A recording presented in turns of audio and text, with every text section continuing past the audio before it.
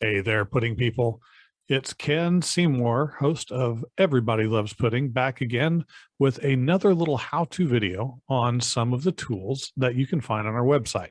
We've already done one video with just a general overview of where everything is. This one, we are going to drill down specifically on to the pop culture death count. Now, this is a fun tool that I decided to put together at one point when I asked a question about one of my favorite shows to watch, Supernatural, and just wondered how many people had died in it. And I looked it up online, and the numbers did not seem to be accurate in what I was finding. So I decided to put together a death count that I can make as accurate as possible for any television show or movie that I deemed interesting enough to include on the list. And of course, we're always taking requests. If people would like to know the death counts of any specific movie or television show, we have our comments section within the website. Let us know. We would be definitely interested in hearing what everyone else wants to know the death counts are in other films and TV. So when you go to our website and you choose pop culture death count, it will start at the top with a list of television shows and then have the lists of movies. Now, in each instance, they function slightly differently. In television shows that do not have a great deal of deaths involved with them, then there will be a general synopsis that you can get to by clicking on the title of the television show to just give you an idea of who died and when and in what episode. Now, obviously, there are major spoilers that are going to impact from this. So if you have not seen the show already and don't want to know some of these things, don't go digging. You can still see the general kill count that we have preloaded in highest order of total kills.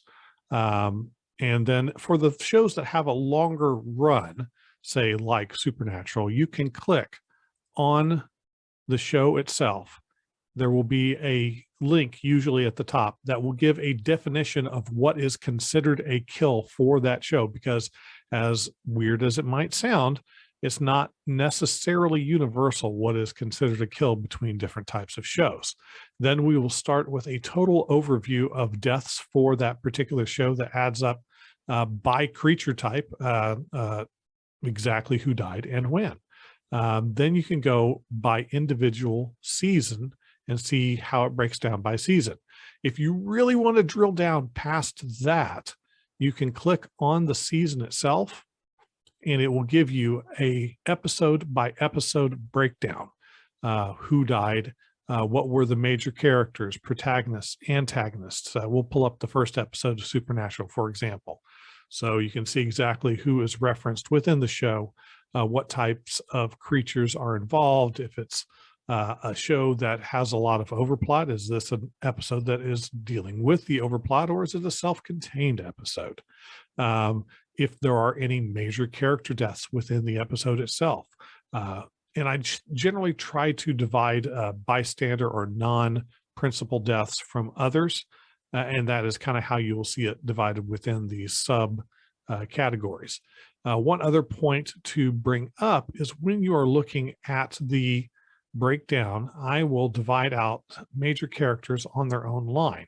Now, obviously, these characters have dispositions of a creature type themselves. They will not be included in this because I kind of consider them their own thing. So how many major characters died in a particular season of television show? Now, the difference between television and movies is when you go on to the movie, it's a little bit more difficult to nail down the deaths. And what I mean by that, in a television show, you've got a half an hour to an hour generally. And by describing who died and where, you can generally know exactly what happened at what point. You don't need to bring it down to the minute or the second to know exactly when that thing happened. In a movie, it's not so easy because it's kind of all one piece that can be sometimes 2 or 3 hours long. So in a specific movie, let's choose one of the older films. We'll go to Thor from 2011.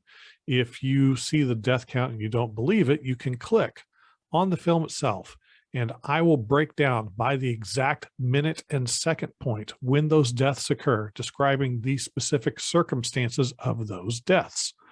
So you can kind of go through the entire film and know exactly what happens and when. Also, on occasion, I will put other death counts in links within my death count to give kind of a comparison of what other people found when they did a death count. And you will often find these counts be drastically different.